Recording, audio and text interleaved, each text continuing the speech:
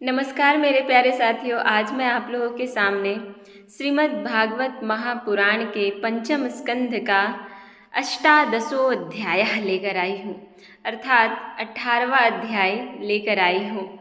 और उस अध्याय का क्या नाम है तो भिन्न भिन्न वर्षों का वर्णन। अब आपको यहाँ पे लग रहा हो कि ये वर्ष भिन्न भिन्न वर्ष क्या है, क्या ये 2019 है या 2018 की बात की जा रही है या 1999 की बात की जा रही है। ये वो वर्ष नहीं है। यहाँ पे जो वर्ष है वो भूभाग से है। यहाँ पे जो वर्ष का तात्पर्य है वो भूभाग से है। तो भिन्न भिन्न भूभागों का वर्णन किया गया है इस अध्याय में। तो चलिए हम लोग भिन्न भिन्न भूभागों के नाम को और उन भूभाग में किस प्रकार के व्यक्ति अवतार लिए, कैसे लोग रहें, उन भूभागों से आज हम लोग शिक्षा ग्रहण करने वाले हैं। तो चलिए हम लोग इस वीडियो के अंत तक बने रहिए आप लोग भी, और मैं भी अंत तक रहूँगी आपके साथ। जब तक आप श्रवण करना चाहें, जब तक आप सुनना चाहें मुझे, मैं तब तक आपके साथ हूँ। तो अब मैं जो हूँ सो प्रारंभ करने जा रही हूँ। श्री सुखदेव जी जो है वो कहते हैं, क्या कहते हैं, यहाँ पे सुखदेव जी और परीक्षित जी के मध्य जो है वो वार्तालाप हो रही है, संवाद हो रहा है। और वो जो है वो कह रहे हैं, सुखदेव जी कहते हैं कि राजन, भद्राश्व वर्ष में, भद्राश्व वर्ष कहने का मतलब भद्राश्व नामक स्थान में धर्मपुत्र भद्रश्रवा और उनके मुख्य सेवक भगवान वासुदेव की हयग्रीव संज्ञक धर्ममयी प्रिय मूर्ति को अत्यंत समाधि निष्ठा के द्वारा हृदय में स्थापित कर इस मंत्र का जप करते हुए इस प्रकार से स्तुति करें, ये कहा गया है। अब भद्रश्रवा और उनके सेवक कहते हैं, क्या कहते हैं, चित्त को विशुद्ध करने वाले ओमकार स्वरूप भगवान धर्म को नमस्कार है। जो चित्त को शुद्ध करता है, जो चित्त को पवित्र करता है, निर्मल करता है, उन्हें, वैसे चित्त को पवित्र करने वाले को, वैसे ओमकार स्वरूप भगवान को, वैसे ओमकार स्वरूप भगवान धर्म को मैं नमस्कार करता हूँ। ऐसा कौन कह रहे हैं तो ऐसा भद्रश्रवा और उनके सेवक कह रहे हैं।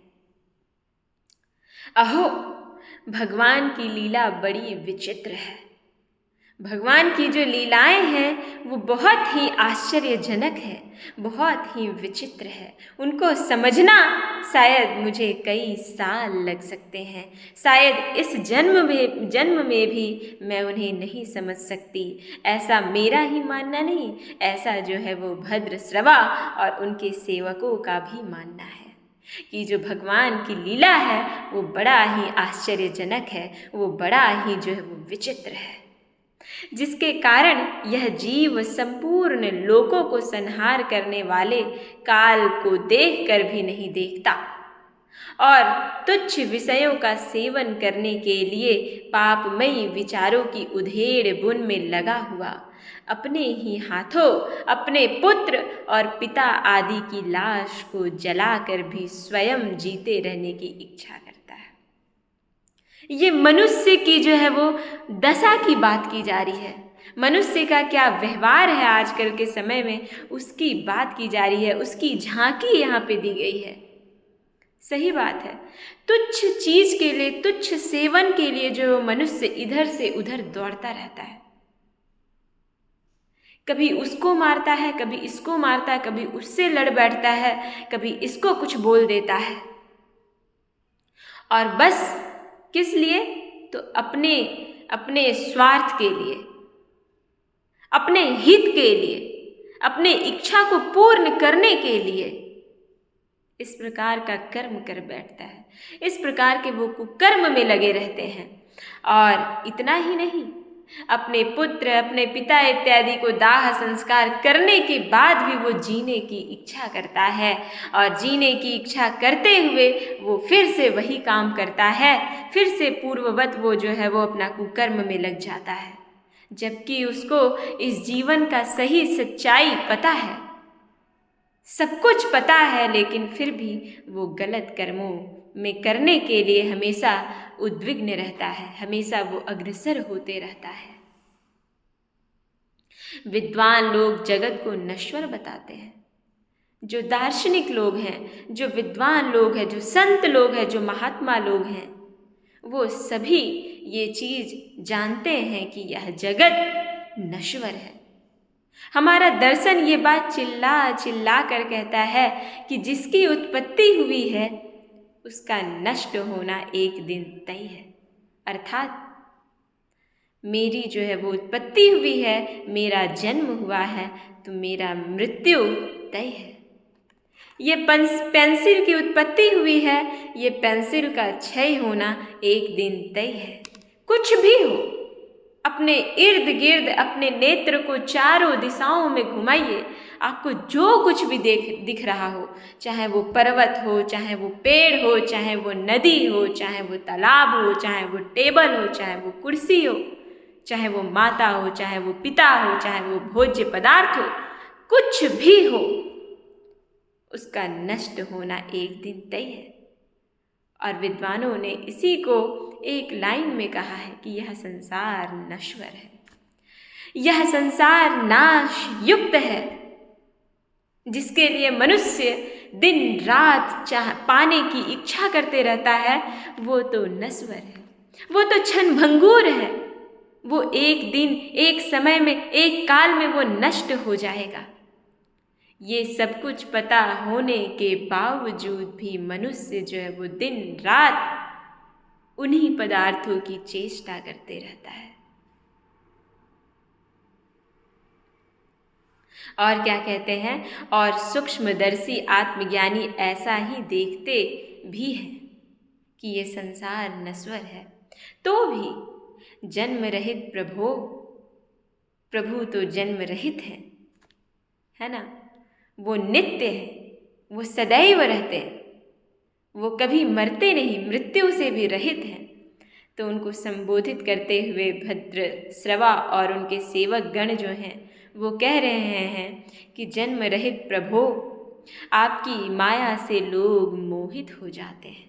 ये जानते हुए भी कि समाज, ये संसार नश्वर है, लेकिन फिर भी आपकी माया से, आपके माया रूपी जाल में वो लोग फंसकर मोहित हो जाते हैं। आप तो अनादि हैं, आपकी आदि कभी होती ही नहीं, आप तो अनंत हैं, आप तो अजन्मा हैं, आप अनादि हैं, आप नित्य हैं, तथा आपके कृत्य बड़े विस्मयजनक हैं। मैं आपको नमस्कार करता हूँ। परमात्मन, आप अकर्ता और माया के आवरण से रहित हैं। आप कर्ता होते हुए भी आप अकर्ता हैं। माया का जाल बिछाते हुए भी इन मायाओं से आप रहित हैं। आपको ये माया जो है वो आपके खुद के माया निर्मित किए हुए माया पे आप कभी नहीं फंसते, इसलिए आप माया रहित हैं। तो भी जगत की उत्पत्ति, स्थिति और प्रलय ये आपके ही कर्म माने गए हैं। मैंने कहा ना कि वो कर्म करते हुए भी उन्हें जो है वो अकर्ता बताया गया। वो कर्ता होते हुए भी वो अकर्ता है, इसलिए कि वो जो है वो ये अपने में कभी नहीं आने देते कि इस चीज को मैंने किया है। ये जो भी चलाया जा रहा है यह संसार, ये मेरे द्वारा चलाया गया, वो इस चीज को कभी नहीं कहते। उनके ही द्वारा जगत की उत्पत्ति होती है, वही जो है वो उसको एक जगह स्थित रखते हैं कुछ दिनों तक, और उनके ही द्वारा इस जगत को वापस से प्रलय अर्थात उस जगत को वापस से उसी जगह पे लीन कर देते हैं जहाँ से वो उत्पत्ति हुआ था। वो जगत सब इन्हीं का कर्म है, यही करते हैं सब कुछ। ये आपके ही कर्म बताए गए हैं, सो ठीक ही है, इसमें कोई आश्चर्य की बात नहीं है, क्योंकि सर्वात्म रूप से आप ही संपूर्ण कार्यों के कारण हैं। संपूर्ण कार्यों के जो भी ये संसार में जो कुछ भी कार्य हो रहा है, चाहे मेरे द्वारा हो रहा हो, चाहे महात्मा जनों के द्वारा हो रहा हो, चाहे संतों के द्वारा हो रहा हो, विद्वानों के द्वारा हो रहा हो, चाहे वृक्षों के द्वारा हो रहा हो, वो सब कुछ ईश्वर के कारण हो रहा है। वो सब कुछ ईश्वर चाह रहे हैं, इसलिए हो रहा है। और अपने शुद्ध स्वरूप में इस कार्य कारण भाव से सर्वथा आप अतीत हैं, आप परे हैं इन सभी चीज़ों से। आपका विग्रह मनुष्य और घोड़े का संयुक्त रूप है। आपका विग्रह, आपको अगर अलग तरीके से देखा जाएगा तो आप मनुष्य और घोड़े का संयुक्त रूप से है, आपका जो एक प्रतीक है। प्रलय काल में जब तमह प्रधान दैत्यगण वेदों को चुरा ले गए थे, तब ब्रह्मा जी के प्रार्थना करने पर आपने उन्हें रसातल से ला कर दिया था। ऐसे अमोघ लीला करने वाले सत्य संकल्प आपको मैं नमस्कार करता हूँ। हरिवर्ष खंड में, अब यह हरिवर्ष खंड की बात हो रही है, यह हरिवर्ष भूभाग की बात हो रही है। हरिवर्ष खंड में भगवान नृसिंह रूप से रहते हैं। उन्होंने यह रूप जिस कारण से धारण किया था उसका आगे वर्णन किया जाएगा।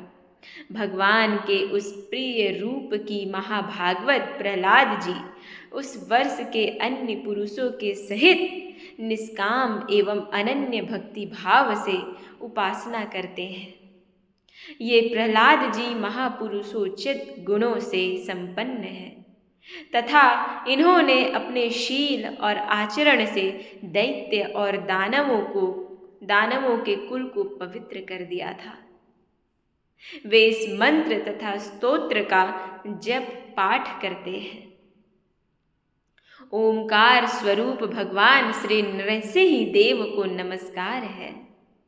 आप अग्नि आदि तेजों के भी तेज हैं, आपको नमस्कार है। हे वज्रनक, हे वज्रद्रष्ट, आप हमारे समीप प्रकट होइए, हमारी कर्म वासनाओं को जला डालिए, हमारे अज्ञान रूप अंधकार को नष्ट कर दीजिए। ओम स्वाहा, हमारे अंतःकरण में अभय दान देते हुए प्रकाशित होइए। ओम क्षौम नाथ, विश्व का कल्याण हो, दुष्टों की बुद्धि शुद्ध हो, सब प्राणियों में परस्पर सद्भावना हो, सभी एक दूसरे का हित चिंतक करें, हमारा मन शुभ मार्ग में प्रवृत्त हो और हम सब की बुद्धि निष्काम भाव से भगवान श्री हरि में प्रवेश हो। इस प्रकार से जो है वो यहाँ पे कामना की जा रही है। प्रभु, घर, स्त्री, पुत्र, धन और भाई बांधवों में हमारी आसक्ति न हो। यदि हो तो केवल भगवान के प्रेमी भक्तों में ही हो। अगर हमें आसक्ति हो भी तो वैसे लोगों से हो जो कि सदैव भगवान को स्मरण करते रहते हैं, सदैव भगवान की सेवा में तत्पर रहते हैं, उनसे हो मेरी आसक्ति। जो संयमी पुरुष केवल शरीर निर्वाह के योग्य अन्न आदि से संतुष्ट रहता है, उसे जितना शीघ्र सिद्धि प्राप्त होती है वैसी इंद्रियां लोलुप पुरुष को नहीं होती। उन भगवत भक्तों के संग से भगवान के तीर्थ तुल्य पवित्र चरित्र सुनने के लिए मिलते हैं, जो उनकी असाधारण शक्ति एवं प्रभाव के सूचक होते हैं। उनका बार बार सेवन करने वालों के कानों के रास्ते से भगवान हृदय में प्रवेश करते हैं और उनके सभी प्रकार के दैहिक और मानसिक मलों को नष्ट कर देते हैं। फिर भला उन भगवत भक्तों का संग कौन न करना चाहेगा। जिस पुरुष की भगवान में निष्काम भक्ति है उसके हृदय में समस्त देवता, धर्म, ज्ञान आदि संपूर्ण सद्गुणों से सहित सदा निवास करते हैं। किंतु जो भगवान का भक्त नहीं है, जो भगवान को स्मरण नहीं करता है, जो भगवान का कीर्तन पूजा नहीं करता है, उसमें महापुरुषों के वे गुण आ ही कहाँ से सकते हैं? कभी नहीं आएंगे। वह तो तरह तरह के संकल्प करके निरंतर तुच्छ बाहरी विषयों की ओर ही दौड़ता रहता है।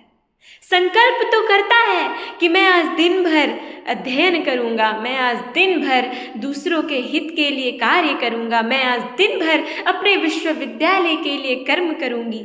संकल्प तो होती है, पर उस संकल्प को पूर्ण करने में मनुष्य सक्षम नहीं हो पाता और दिन रात वो तुच्छ और बाहरी विषयों का ही चिंतन करते रहता है। और जो मनुष्य अपने संकल्प किए हुए चीजों पे खड़े उतरता है, उन्हीं मनुष्यों के हृदय में भगवान विराजमान होते हैं।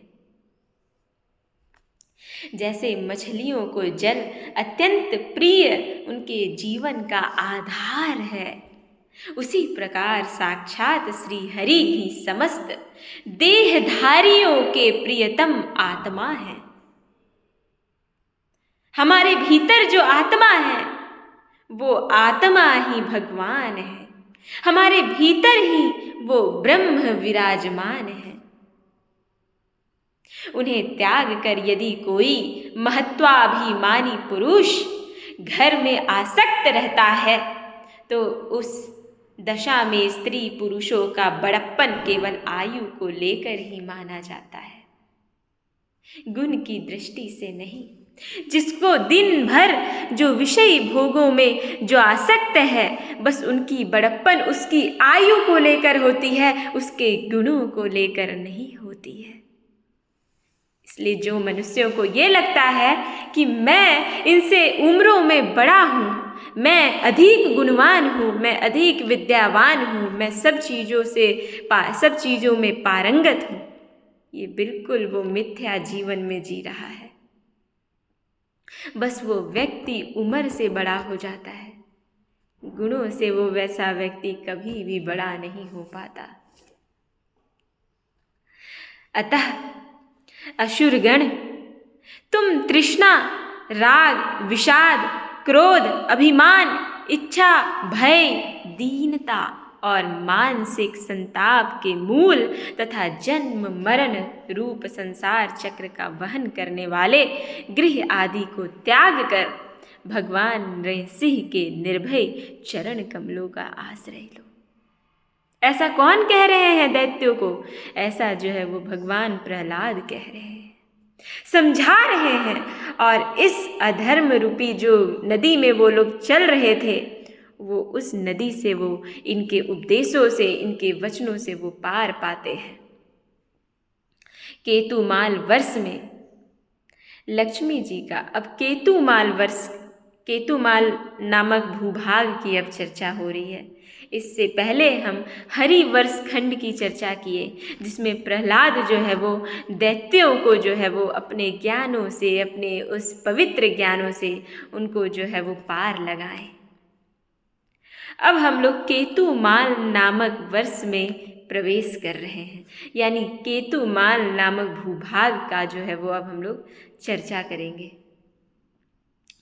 उस केतुमाल वर्ष में लक्ष्मी जी का तथा संवत्सर नामक प्रजापति के पुत्र और पुत्रियों का प्रिय करने के लिए भगवान कामदेव रूप से निवास करते हैं। उस केतुमाल वर्ष में प्रजापति के पुत्र और पुत्रियों के प्रिय करने के लिए भगवान कामदेव के रूप में उस केतुमाल नामक स्थान में निवास कर रहे होते हैं।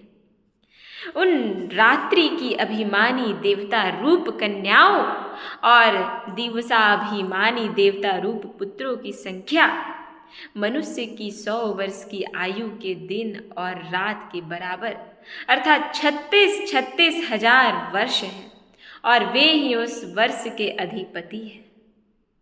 वे कन्याएं परम पुरुष श्री नारायण के श्रेष्ठ अस्त्र सुदर्शन चक्र के तेज से डर जाती है। इसलिए प्रत्येक वर्ष के अंत में उनके गर्भ नष्ट होकर गिर जाते हैं।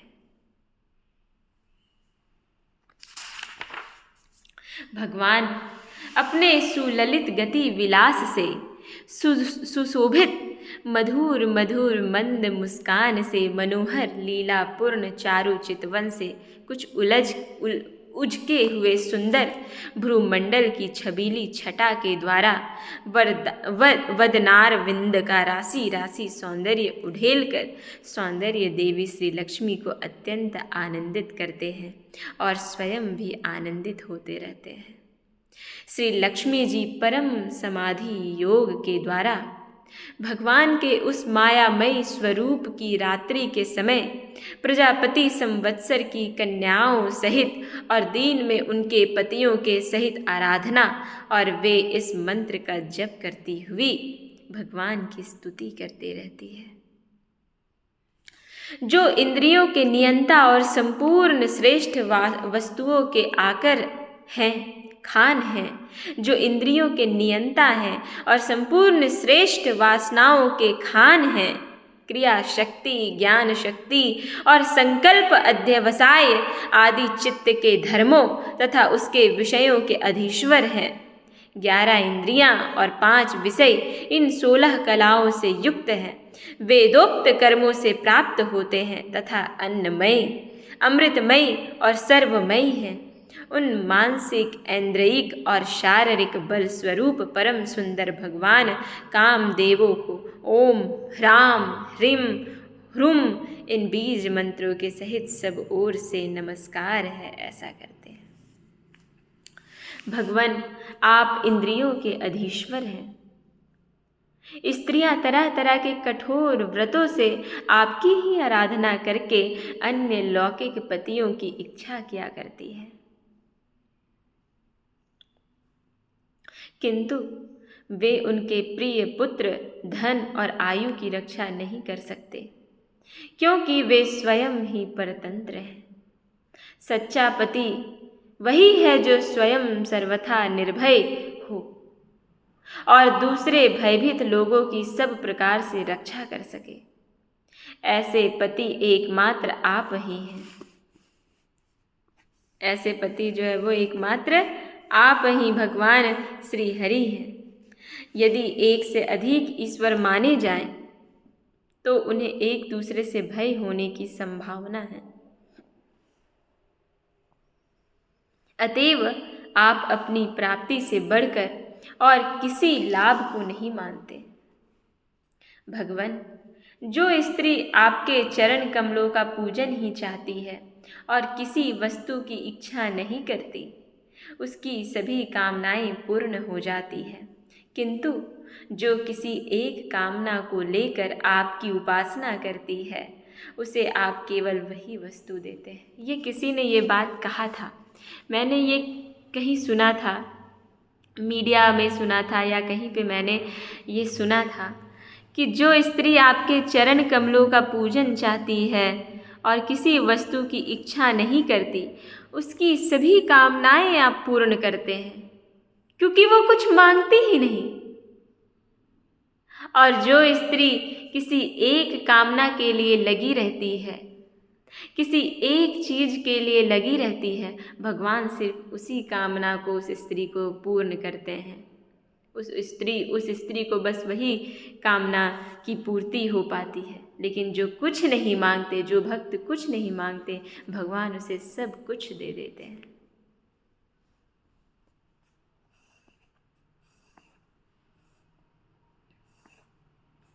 और जब भोग समाप्त होने पर वह नष्ट हो जाती है, तो उसके लिए उसे संतप्त होना पड़ता है। और फिर अंत में वो कामनाएं, जब उसकी इच्छा पूर्ति हो जाती है और एक समय में जब वो नष्ट हो जाता है, वो चीज, वो पदार्थ, तो फिर उसको अत्यंत संतप्त भी होना पड़ता है।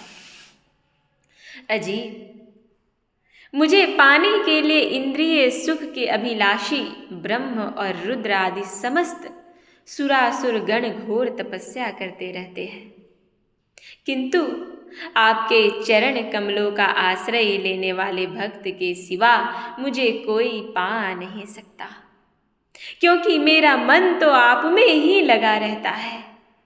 अच्युत, आप अपने जिस वंदनीय कर कमलों को भक्तों के मस्तिष्क पर रखते हैं, उसे मेरे सिर पर भी रखिए। वरेण्य, आप मुझे केवल श्री लांछन रूप से अपने वक्षस्थल में ही धारण करते हैं, सो आप सर्व समर्थ हैं। आप अपनी माया से जो लीलाएं करते हैं, उनका रहस्य कौन जान सकता है? कोई नहीं। रम्यक वर्ष में भगवान ने वहाँ के अधिपति मनु को पूर्व काल में, अब रम्यक वर्ष का वर्णन आता है। रम्यक वर्ष में भगवान ने वहाँ के अधिपति मनु को पूर्व काल में अपना परम प्रिय मत्स्य रूप दिखलाया था, और वो अपनी लीलाओं को सब जगह नहीं दिखलाते। देखते हैं कि उन लीलाओं को देखने वाला अधिकारी कौन है, उन लीलाओं को समझने वाला वो मनुष्य कौन है, उसी को वो जो लीला है दिखाते हैं।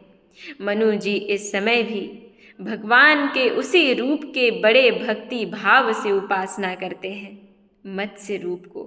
सत्व प्रधान मुख्य प्राण सूत्रात्मा तथा मनोबल, इंद्रिय बल और शरीर बल, ओमकार पद के अर्थ सर्वश्रेष्ठ भगवान महामत्स्य को बार बार नमस्कार है, ऐसा मनु कहते हैं।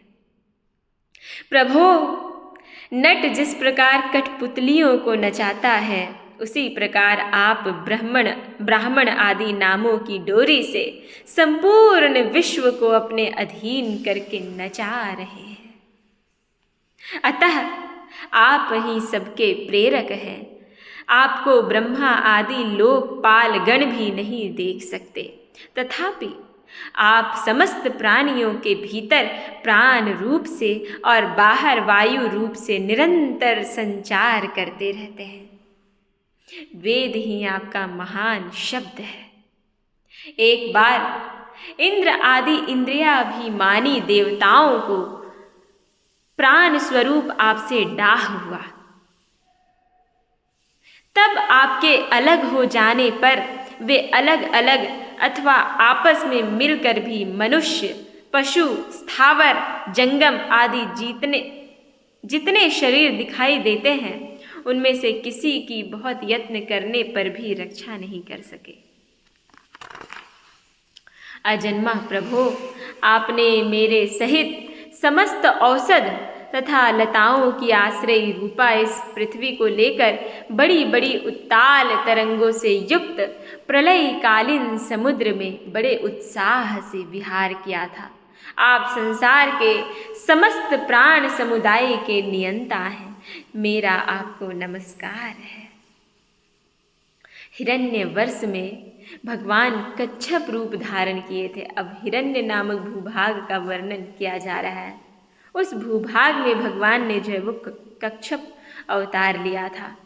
वहाँ के निवासियों के सहित पितृराज अर्यमा भगवान की उस प्रियतम मूर्ति की उपासना करते हैं और इस मंत्र को निरंतर जपते हुए स्तुति करते हैं, जो संपूर्ण सत्व गुण से युक्त है, जल में विचरते रहने के कारण जिनके स्थान का कोई निश्चय नहीं है तथा जो काल की मर्यादा के बाहर हैं, उन ओंकार स्वरूप सर्वव्यापक सर्वाधार भगवान कच्छप को बार बार नमस्कार है।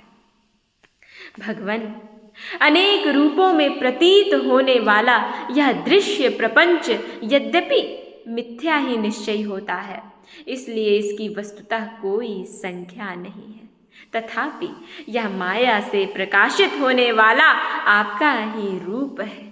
ऐसे अनिर्वचनीय रूप आपको मेरा नमस्कार है। एकमात्र आप ही जरायुज, स्वेदज, अंडज, उद्भिज, जंगम, स्थावर, देवता, ऋषि, पितृगण, भूत, इंद्रिय, स्वर्ग, आकाश, पृथ्वी, पर्वत, नदी, समुद्र, द्वीप, ग्रह और तारा आदि विभिन्न नामों से जाने जाते हैं। ये सब कुछ आपका ही रूप है। आपका ही स्वरूप है। आप असंख्य नाम, रूप और आकृतियों से युक्त है। कपिल आदि विद्वानों ने जो आप में 24 तत्वों की संख्या निश्चित की है, वह जिस तत्व दृष्टि का उदय होने पर निवृत्त हो जाती है, वह भी वस्तुतः आपका ही स्वरूप है। ऐसे सांख्य सिद्धांत स्वरूप आपको मेरा नमस्कार है, आपको मेरा प्रणाम है। उत्तर कुरु वर्ष में भगवान यज्ञ पुरुष वराह मूर्ति धारण करके विराजमान है। अब उत्तर कुरुक्षेत्र की बात की जा रही है। वहां पे भगवान यज्ञ पुरुष अर्थात भगवान विष्णु वराह मूर्ति धारण करके विराजमान है। वहां के निवासियों के सहित साक्षात पृथ्वी देवी उनकी अविचल भक्ति भाव से उपासना करती और इस परमोत्कृष्ट मंत्र का जप करती हुई स्तुति करती है। कहती है, स्तुति करते हुए कह रही है, जिनका तत्व मंत्रों से जाना जाता है, जो यज्ञ और क्रतु रूप है तथा बड़े बड़े यज्ञ जिनके अंग हैं, उन ओंकार स्वरूप शुक्ल कर्ममयी त्रियुग मूर्ति पुरुषोत्तम भगवान वराह को बारंबार नमस्कार है। ऋत्विक गण जिस प्रकार अरणीय रूप काष्ठ खंडों में छिपी हुई अग्नि को मंथन द्वारा अग्नि प्रकट करते हैं, उसी प्रकार कर्मा शक्ति एवं कर्म फल की कामना से छिपे हुए जिनके रूप को देखने की इच्छा परम प्रवीण पंडित जन अपने विवेक युक्त मन रूप मंथन काष्ठ से शरीर एवं इंद्रिया आदि को बिलो डालते हैं। इस प्रकार मंथन करने पर आपने अपने स्वरूप को प्रकट करने वाले आपको नमस्कार है। विचार तथा यम नियमादि योगांगों के साधन से जिनकी बुद्धि निश्चयात्मिका हो गई हो, जिनकी बुद्धि स्थिर हो गई हो, जिनकी बुद्धि सात्विक हो गई हो, वे महापुरुष द्रव्य अर्थात विषय, क्रिया अर्थात इंद्रियों के व्यापार, हेतु अर्थात इंद्रियाधिष्ठाता देवता, अयन अर्थात शरीर, ईश अर्थात काल और कर्ता अर्थात अहंकार आदि माया के कार्यों को देखकर जिनके वास्तविक स्वरूप का निश्चय करते हैं, ऐसे माइक आकृतियों से रहित आपको बारंबार नमस्कार है। ऐसी द्रव्य क्रिया हेतु अयन काल कर्ता से रहित होकर मैं आपको बारंबार मैं आपको नमस्कार करती हूँ। हे प्रभु, आपसे इतना ही मैं कहती हूँ कि मुझे विषयों में आसक्त मत होने दीजिएगा। आपसे यही मैं कहती हूँ कि मुझे कर्तापन का अहंकार मत होने दीजिएगा। मेरे शरीर मेरे अंगों पे अभिमान मत होने दीजिएगा। मुझे इंद्रियों के व्यापार को सेवन करने मत दीजिएगा। मुझे विषयों पर आसक्त मत होने दीजिएगा। ये मैं नहीं, ये स्वयं यहाँ पे लिखा हुआ है और ऐसा ही आपको भी करना है, ऐसा ही आपको भी सोचना है। जिस प्रकार लोहा जड़ होने पर भी चुंबक की सन्निधि मात्र से चलने फिरने लगता है। लोहा जड़ है, ये स्थित है, लेकिन जैसे ही वो चुंबक उसके सामने उसके करीब आता है तो लोहा भी चलने फिरने लगता है, हिलने डुलने लगता है। उसी प्रकार जिन सर्वसाक्षी की इच्छा मात्र से, जो अपने लिए नहीं बल्कि समस्त प्राणियों के लिए होती है, प्रकृति अपने गुणों के द्वारा जगत की उत्पत्ति स्थिति प्रलय करती रहती है, ऐसे संपूर्ण गुणों एवं कर्मों के साक्षी आपको मैं प्रणाम करती हूँ। आप जगत के कारणभूत हैं, आदि सुकर हैं। जिस प्रकार एक हाथी दूसरे हाथी को पछाड़ देता है, उसी प्रकार गजराज के समान क्रीड़ा करते हुए आप युद्ध में अपने प्रतिद्वंदी हिरण्याक्ष दैत्य को दलित करके मुझे अपनी दाढ़ों की नोक पर रखकर रसातल से प्रलय पयोधि के बाहर निकले थे। मैं आप सर्वशक्तिमान प्रभु को बारंबार नमस्कार करती हूँ। इस प्रकार से जो है वो कह रही है और इस प्रकार से पृथ्वी देवी जो है वो याचना कर रही है। अब पृथ्वी देवी का आपने कथा को सुना होगा कि हिरण्याक्ष जो है वो अपने धनुष के टंकार से पृथ्वी को रसातल में भेज दिया था, और पृथ्वी को जो रसातल से निकालने वाले भगवान विष्णु हैं, भगवान हरि, वो यज्ञ पुरुष ही हैं। यही पृथ्वी जो है वो उनको बार बार स्तुति करके उनको प्रणाम कर रही है। इस प्रकार से यह अध्याय समाप्त होता है और अब हम लोग अगले अध्याय में प्रवेश करते हैं,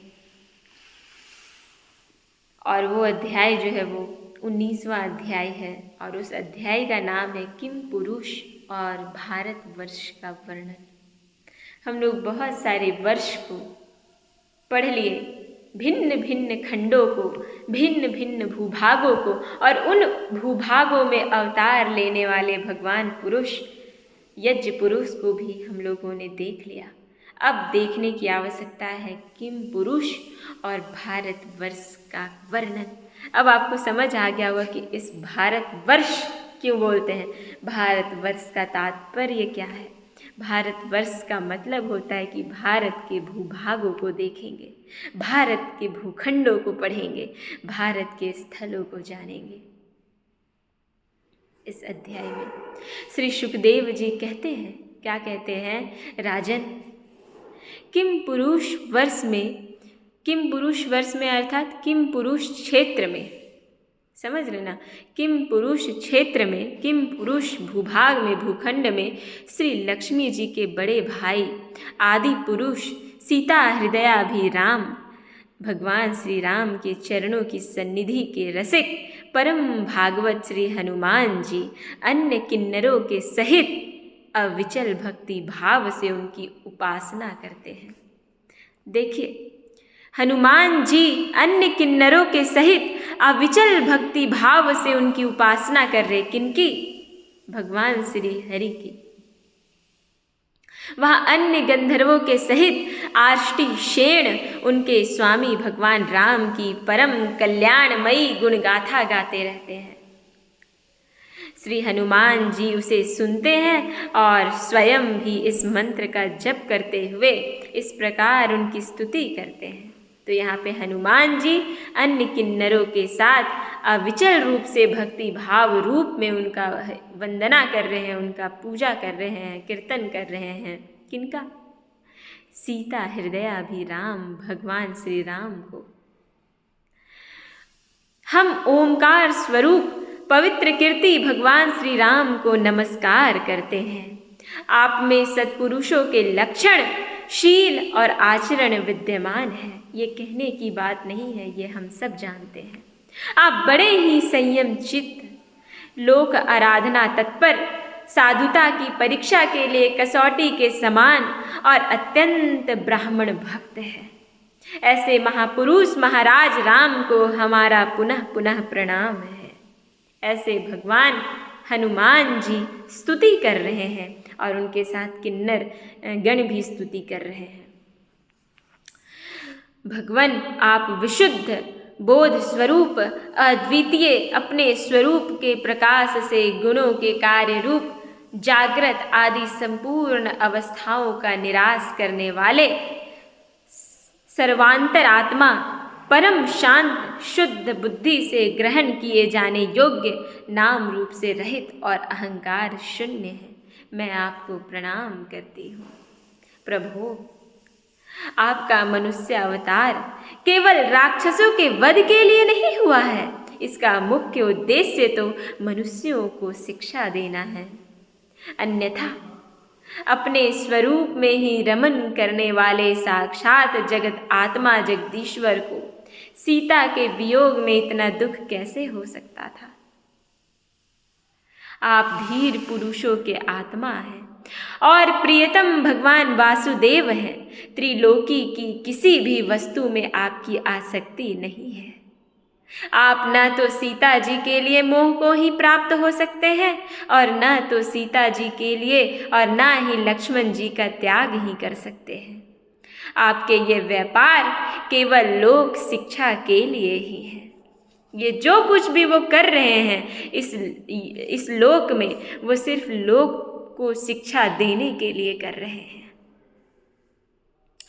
लक्ष्मण अग्रज उत्तम कुल में जन्म, सुंदरता, वाक चातुरी, बुद्धि और श्रेष्ठ योनि, इनमें से कोई भी गुण आपकी प्रसन्नता का कारण नहीं हो सकती।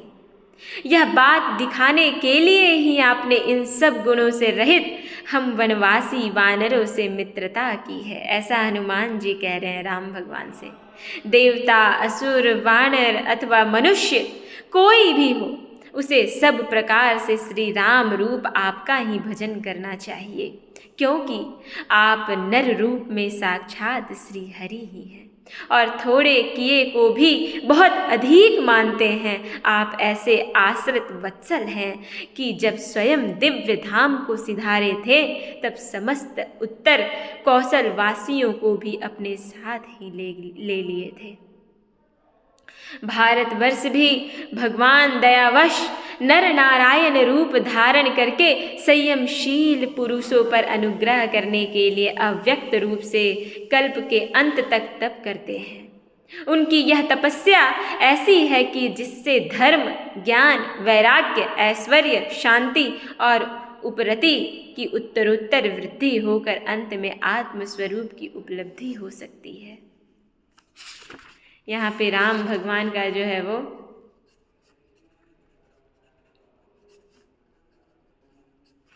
चरित्र और उनसे हमें क्या शिक्षा लेना है, उनके बारे में जो है वो यहाँ पे बताया जा रहा है।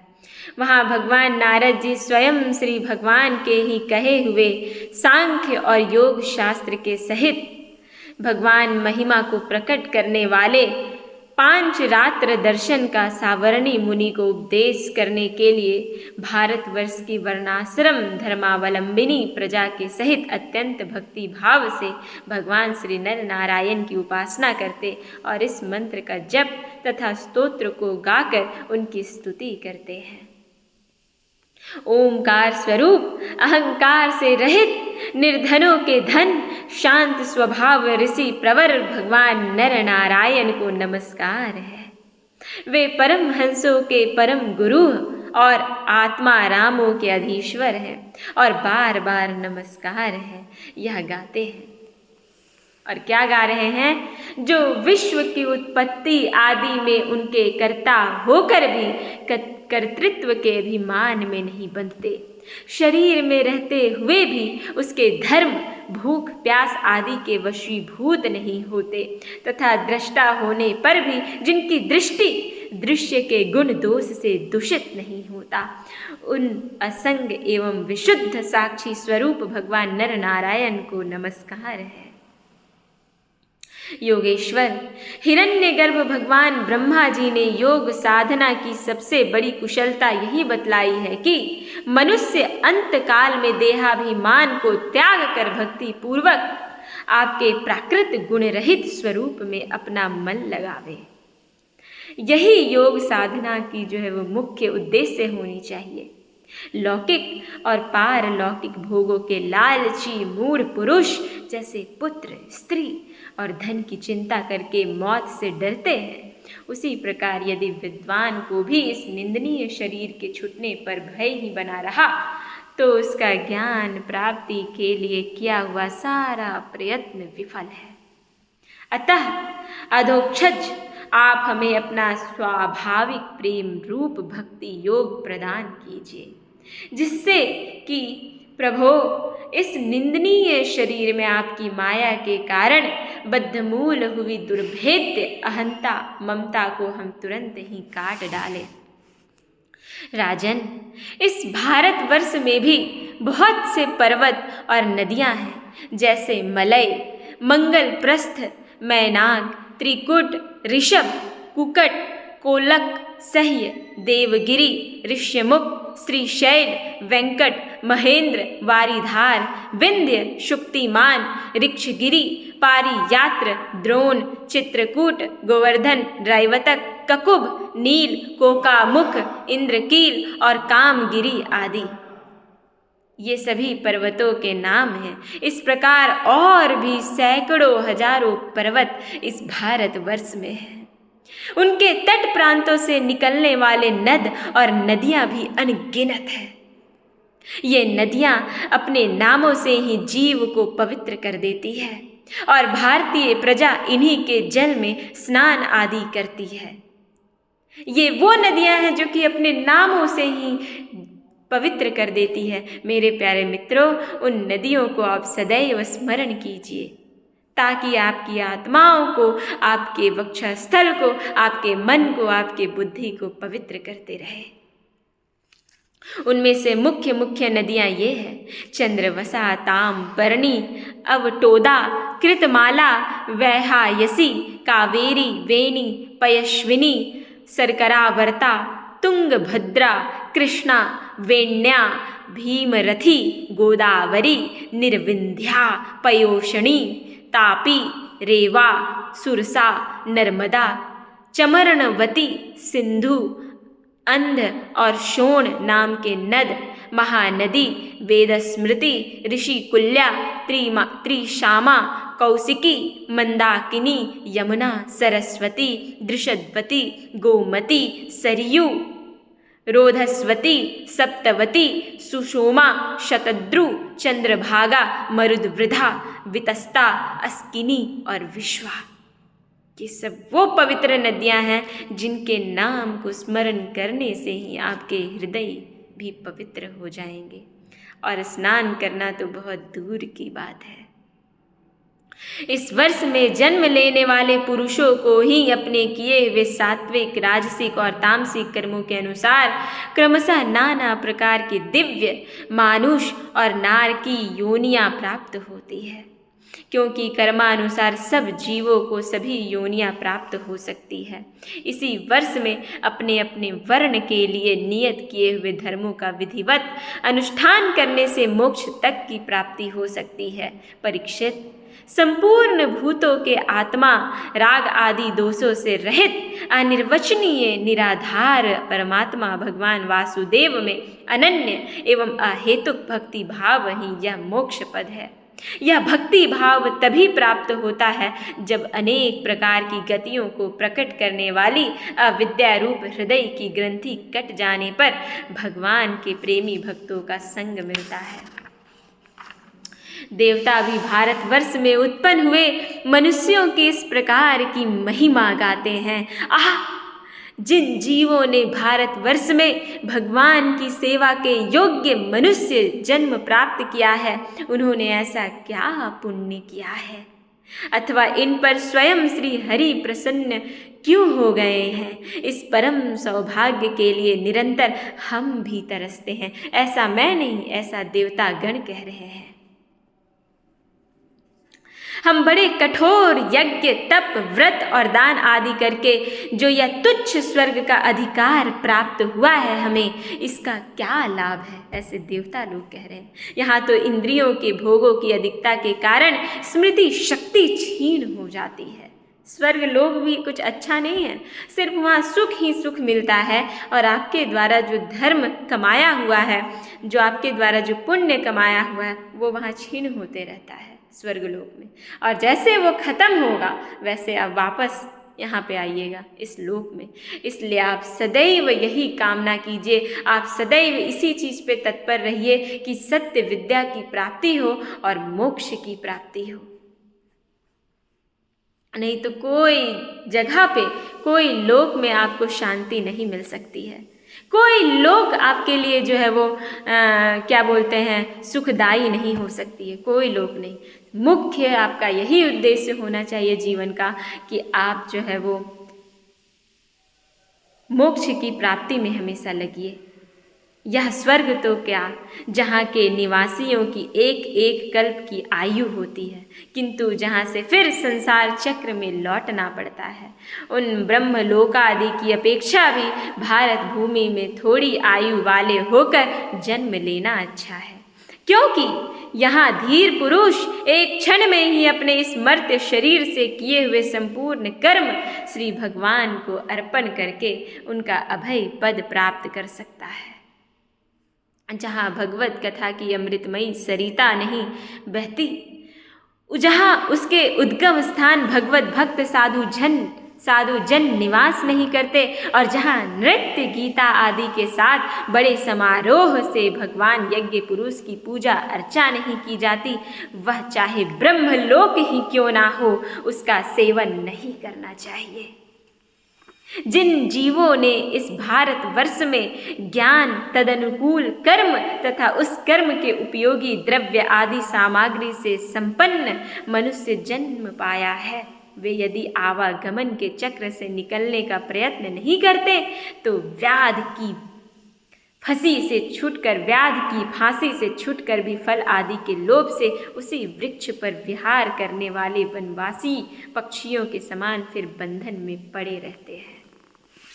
अहो, इन भारतवासियों का कैसा सौभाग्य है, जब ये यज्ञ में भिन्न भिन्न देवताओं के उद्देश्य से अलग अलग भाग रखकर विधि, मंत्र और द्रव्य आदि के योग से श्रद्धा पूर्वक उन्हें हवि प्रदान करते हैं, तब इस प्रकार इंद्र आदि भिन्न भिन्न नामों से पुकारे जाने पर संपूर्ण कामनाओं के पूर्ण करने वाले स्वयं पूर्ण काम श्री हरि ही प्रसन्न होकर उस हवि को ग्रहण करते हैं। यह ठीक है कि भगवान सकाम पुरुषों के मांगने पर उन्हें अभिष्ट पदार्थ देते हैं, किंतु यह भगवान का वास्तविक दान नहीं है, क्योंकि उन वस्तुओं को पा लेने पर भी मनुष्य के मन में पुनः कामनाएं होती रहती है। इसके विपरीत जो उनका निष्काम भाव से भजन करता है, उन्हें तो वे साक्षात अपने चरण कमल ही दे देते हैं, जो अन्य समस्त इच्छाओं को समाप्त कर देने वाला है। अतः अब तक स्वर्ग सुख भोग लेने के बाद हमारा पूर्वकृत यज्ञ, प्रवचन और शुभ कर्मों से यदि कुछ भी पुण्य बचा हो, तो उसके प्रभाव से हमें इस भारतवर्ष में भगवान की स्मृति से युक्त मनुष्य जन्म मिले, क्योंकि श्री हरि अपना भजन करने वालों का सब प्रकार से कल्याण करते हैं। श्री सुखदेव जी राजा परीक्षित से कहते हैं, राजन, राजा सगर के पुत्रों ने अपने यज्ञ के घोड़े को ढूंढते हुए इस पृथ्वी को चारों ओर से खोदा था। उससे जम्बू द्वीप के अंतर्गत ही 8 उपद्वीप और बन गए। ऐसा कुछ लोगों का कथन है। वे स्वर्ण प्रस्थ, चंद्र शुक्ल, आवर्तन, रमणक, मंदर हरीन, पांचजन्य, सिंघल और लंका है। तो लंका का वर्णन यहाँ पे भी है। भरत श्रेष्ठ, इस प्रकार जैसे मैंने गुरु मुख से सुना था, ठीक वैसे ही तुम्हें यह जम्बू द्वीप के वर्षों का विभाग सुना दिया। भारतवर्ष को जम्बू द्वीप क्यों कहते हैं, देख लिया आपने। और इस प्रकार से यह अध्याय यहीं पे समाप्त होता है। मेरे प्यारे मित्रों, बहुत कुछ सीखने के लिए मिल रहा होगा, मैं ऐसा आप लोगों से उम्मीद करती हूँ। और अपने जीवन में प्लीज़ एक एक चीज़ उतारते जाइए। ये जीवन से आपको धीरे धीरे कटते जाना है। अपने पुत्र, अपने पति, अपने घर, अपनी गृहस्थी, अपने इत्यादि इत्यादि चीज़ों से, वासनाओं से धीरे धीरे दूर होना है, कामनाओं को कम करना है। हमेशा प्रयास कीजिए। ये सब एक बार में होने वाला नहीं है, शायद आपको कई जन्म लग जाए, परंतु आप प्रयास तो करते रहिए, आप लगे तो रहिए इन सभी चीज़ों में। अवश्य जो है वो आपको भगवत की प्राप्ति होगी। और मैं क्या कहूँ, सब तो यहाँ पे लिखा है, सब कुछ भगवान ने कह दिया है, मेरे कहने से कुछ भी नहीं है। बस मैं तो एक आप लोगों के श्रवण के लिए साधक बनी हूँ, सुनाने के लिए मैं एक साधक बनी हूँ कि कम से कम आप लोग खोल के पढ़ नहीं सकते तो कम से कम सोए, बैठते, उठते, खाते, पीते, कम से कम आप लोग श्रवण कर पाएँ। यही मैं आप लोगों से उम्मीद करती हूँ और इसीलिए मैं आप लोगों के पास ये कथा लेकर आती हूँ। आप लोग मुझे सुना इतना धैर्य से, उसके लिए बहुत बहुत धन्यवाद। नमो नमः। नमः संस्कृताय। ओम नमो भगवते वासुदेवाय नमः। ओम।